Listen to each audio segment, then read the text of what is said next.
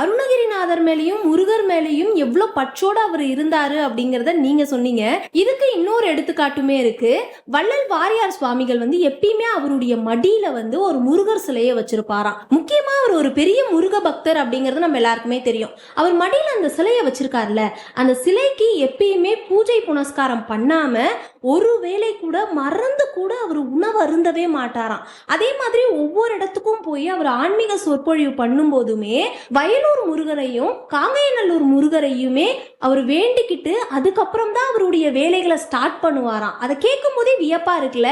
எப்பயுமே நம்ம ஒரு விஷயம் பண்றோம் அப்படின்னா எல்லா நாளும் பண்ணுவோம், திடீர்னு ஏதாவது ஒரு அர்ஜென்ட்ல அதை மறந்துடுவோம். ஆனா அவர் எப்பயுமே சதாசிவம் அதை மட்டுமே நிந்தனையாவே இருந்திருக்காருல. அதை நம்ம எப்படி சொல்லலாம் அப்படின்னு பாத்தீங்கன்னா, முதலும் முருகன் தான், முடிவும் முருகன் தான். ஏன்னா நம்ம வள்ளல் வாரியார் சுவாமிகள் எந்த அளவுக்கு இருப்பாரு அப்படின்னு பாத்தீங்கன்னா, ஒவ்வொரு சொற்பொழிவுலையுமே முதல் பாட்டா திருப்புகழ்ல இருந்து ஆரம்பிப்பாரு. கைத்தல நிறைகனி அப்படின்னு விநாயகருக்கு சொல்லக்கூடிய ஒரு பாட்டுல ஆரம்பிச்சு முடிக்கும் பொழுது நிச்சயமா இந்த ஒரு பாட்டோட தான் முடிப்பாராம். என்ன பாட்டு அப்படின்னு பாத்தீங்கன்னா, குருவாய் வருவாய் அருள்வாய் குகனே அப்படின்னு சொல்லிட்டு